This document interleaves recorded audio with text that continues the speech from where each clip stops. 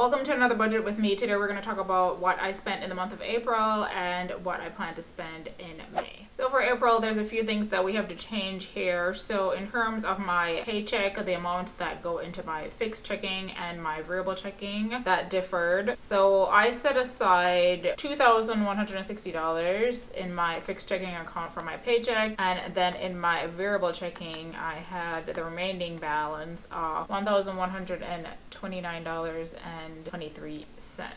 And this fixed amount is just the average of all the sinking funds that I save for in this account. So those are housing and transportation sinking funds. So that is the number that I had decided. As you'll see in May, I adjusted that number now that I've got the actual bills, like in regards to my new car, which if you haven't already seen, go ahead and check out my car tour so you can see more about what I'm talking about. But because of I was waiting on information about the bills for that, I decided on this, but then when I actually got them, I changed the amount. So on the fixed checking account side, I didn't have any transfers come in. So the total amount that I had to work with for the month was $4,079.72. And then I didn't have any housing costs. And then for transportation, I had a insurance bill of $517.27. And that is paid semi-annually, so that is the amount that was due on my old car. And then with my new car, you'll see next month how much that ends up being. So that is it for the fixed checking account. So my ending balance would have been roughly $4,079.72.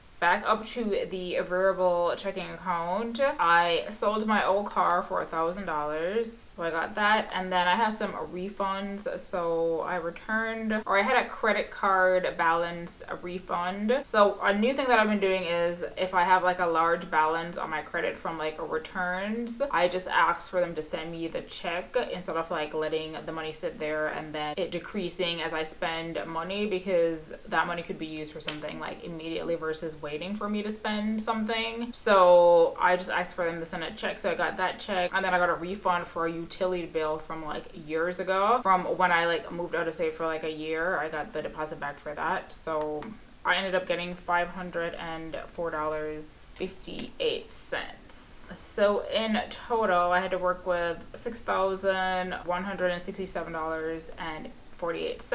And my monthly income, which is my paycheck, the items that I sold, aka just my car, and the refund amount equals $4,793.81. Okay, so internet was the same, electricity was the same. I ended up spending $269.49 for groceries, so I was under budget there. A restaurant, I ended up not spending anything in, so that was nice. And then didn't have any supplements. Gas came in at 84.10, and that is because I got my new car. I got a full tank of gas when I got it, so I didn't have to pay for that. And then I've had to fill it up twice so far, and each time cost me $40 the second time and like $44 the first time. So that's how we came to that amount. I don't know what my gas budget should be for the future, because this car, like the tank holds more gas in it, but the fuel economy is way better. So I'm not sure. We'll see over the next few months. And then I'll talk about what I decided to do for May in a second. Cell phone was the same, subscriptions the same as usual. And then skincare was previously labeled Sephora, because I just had a general budget for the Sephora VIB sale that happens twice a year. So I set aside $400, but I actually end up spending closer to $800. So if you haven't already, check out my Sephora VIB sale haul to see what I got. But I divided it into these categories that you see here. So skincare, hygiene, hair care, and makeup. So skincare cost me $245.92. And I used a Sephora sale to stock up on items that I use throughout the 6 months, and then I re-up again like at the end of the 6 months. So hygiene was $174.69, and then we're gonna change that to not be bright red for whatever reason. Hair care was $366. $33. All right, so hair care, I ended up buying a couple hair straightening brushes that I'm testing out actually this weekend, and then the one that I prefer I'll keep and the other one I'll return. So this should go down by about $150 to $180 depending on which one I return. So makeup was $25.02 because I don't buy makeup anymore for the most part, which has been nice for my budget and for, like, you know, decluttering. And then nails, I purchased a gel nail kit. Actually, I'll go get it so I can show you guys. Okay, so I ended up getting the Apres Gel X nail extensions. I got the natural round short, and it comes with 500 pieces of extension. This has been around for years now, but I've been out of the nail game for a minute. But I decided to try something new. Like, I want something that lasts longer than gel polish because I find that the removal is what does the most damage to my nails. So if I can remove it less, like this is apparently going to last a month, then that means like less chances to damage my nails. So we'll see about these. But anywho, they just basically look like clear tips, but they're made of gel, so they should dissolve relatively easy when I come time to remove them. So I got the kit, and then I got the application products. So the Extend Gel that helps it to adhere to your nail bed, and then the tip primer, which like roughs up the tip so that it adheres better to your nails. And then I got some base gel just for regular nail polish for my toes because I have some but they don't do the best job. So I got the SC Here to Stay base coat. So let me know if anyone has used this. I've never used it before, but it's gotten good reviews, so hopefully it works. So that is what I spent $61 on. Now let's see what else we have here. So $61.18 for nails. Then activities. So the new thing that I'm trying to do is go out more and do actual things because I'm kind of I don't know, I wouldn't say I'm a homebody. Like if I'm like in my home, like and not traveling, then I'm less likely to like do things, whereas when I'm traveling, like I'm literally out every day, like all day doing the most. So anyway, I'm trying to like get out and start doing more things because summer's here, winter was especially trying, and I'm just trying to like get back out there. So this activity cost me $46.98, and this is for the Vincent Van Gogh immersion experience. So essentially it's just Vincent Van Gogh's paintings projected in a warehouse for you to like immerse yourself in for like an hour. So that's gonna be happening next month, so I paid for that. And then gift, I just spent $15 on something to help out a family member. And then ride share, because I got a Lyft to go pick up my car when I purchased it, that was $18.46. And then car supplies, I bought a few things. Like in the car tour video, I mentioned that I needed some all-weather mats, so I bought those. And then I bought a bunch of microfiber cloths to like help me wipe the car down after I bring it to the car wash. So that was $181.53. And then homeware, I spent $32.22. I bought a really nice fitted sheet set from Target, and I'll have a picture up for you guys. It's super florally and summery, so I'm excited about that. I love like setting the mood with home decor, so that should be fun. And then I spent $20 at the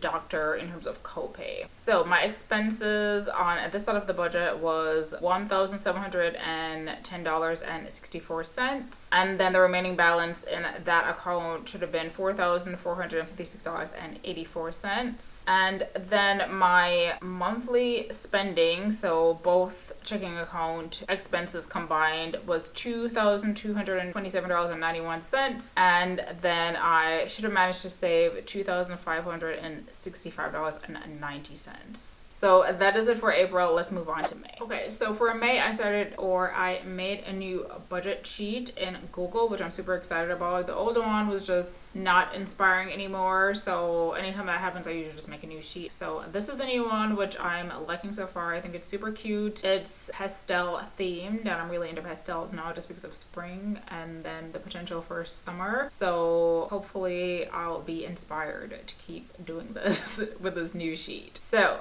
to start, start, I will be moving down to the fixed checking account. We'll input some numbers and then we should be able to see what ends up happening in the top few categories. So the starting balance in my fixed checking account is $1,593.26. And this always differs from the actual balance from the following month for whatever reason, probably because I don't always film these in the end of the month, and I'm kind of guesstimating as to like what I'll have at the end/beginning of the month. So as of today, this is what's in my fixed checking account. The salary that I'm expecting to pay myself is $2,175, and that should be the semi-final amount for like the near future, because this is what I've determined should be my expenses for my fixed bills as of today. So we'll keep that there, and then we'll move on to the variable checking account.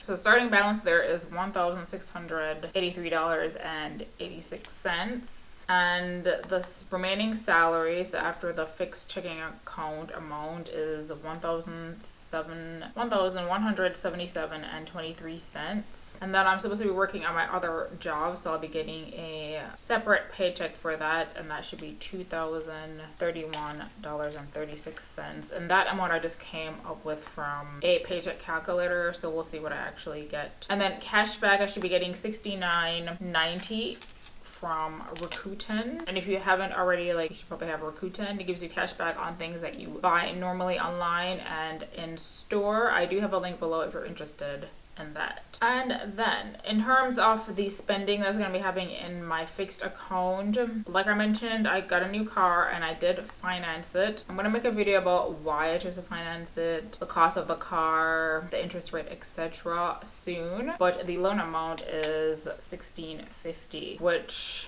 I'm sure people may gasp at, but there is a method to that. And then the car insurance, in addition to the $500 plus from last month, I have to pay additional $327.28 because my insurance overall is going up because I have a brand new car. So that should be it for this 6-month period, and then the next 6-month period I should have the total amount, which is around $800. So about $800 plus every 6 months, which works out to be $140 something a month, which I feel is reasonable actually. And then, so in terms of this particular account, I should be spending $1,977.28. And then we're moving on to the variable account, where I have bills, life expenses, and then anything extra coming out of there. So my internet bill is $49.99. Electricity, I haven't gotten the bill yet, but I'm gonna estimate that's gonna be $50. That's what it is on average. And then my cell phone is going back to its usual $70 a month.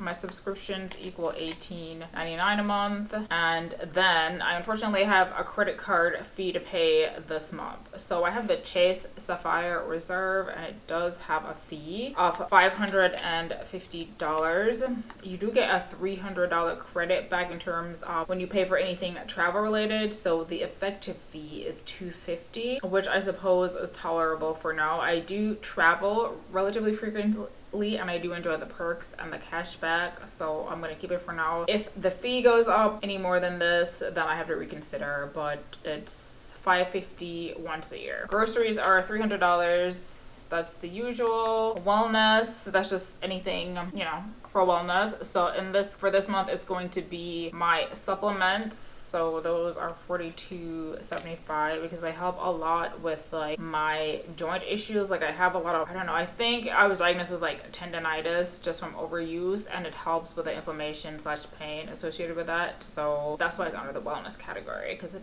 makes me feel better. So next up is gas and fuel. I decided $150 for now. We'll see how that works out. And then I'm not planning on spending anything new for my car. And then healthcare, I do have another doctor's appointment, so the copay I'm assuming would be $20. Don't really know, but we'll see. And then activities, so I booked a afternoon tea, which I'm super excited about, for May. And literally I've been thinking about doing this for a minute, but then I wasn't sure if there was anything in my like area that would offer this, because I don't live in like a metropolitan area that would have something this nice, but I found a really nice manor, they call it, where they offer this afternoon tea thing, so that should be fun. And I'm anticipating spending $59, so it's $49 I think just for the event, and then I'm probably gonna tip $10. So that's how I came up with the $59, and in total I should be spending $1,310.73 in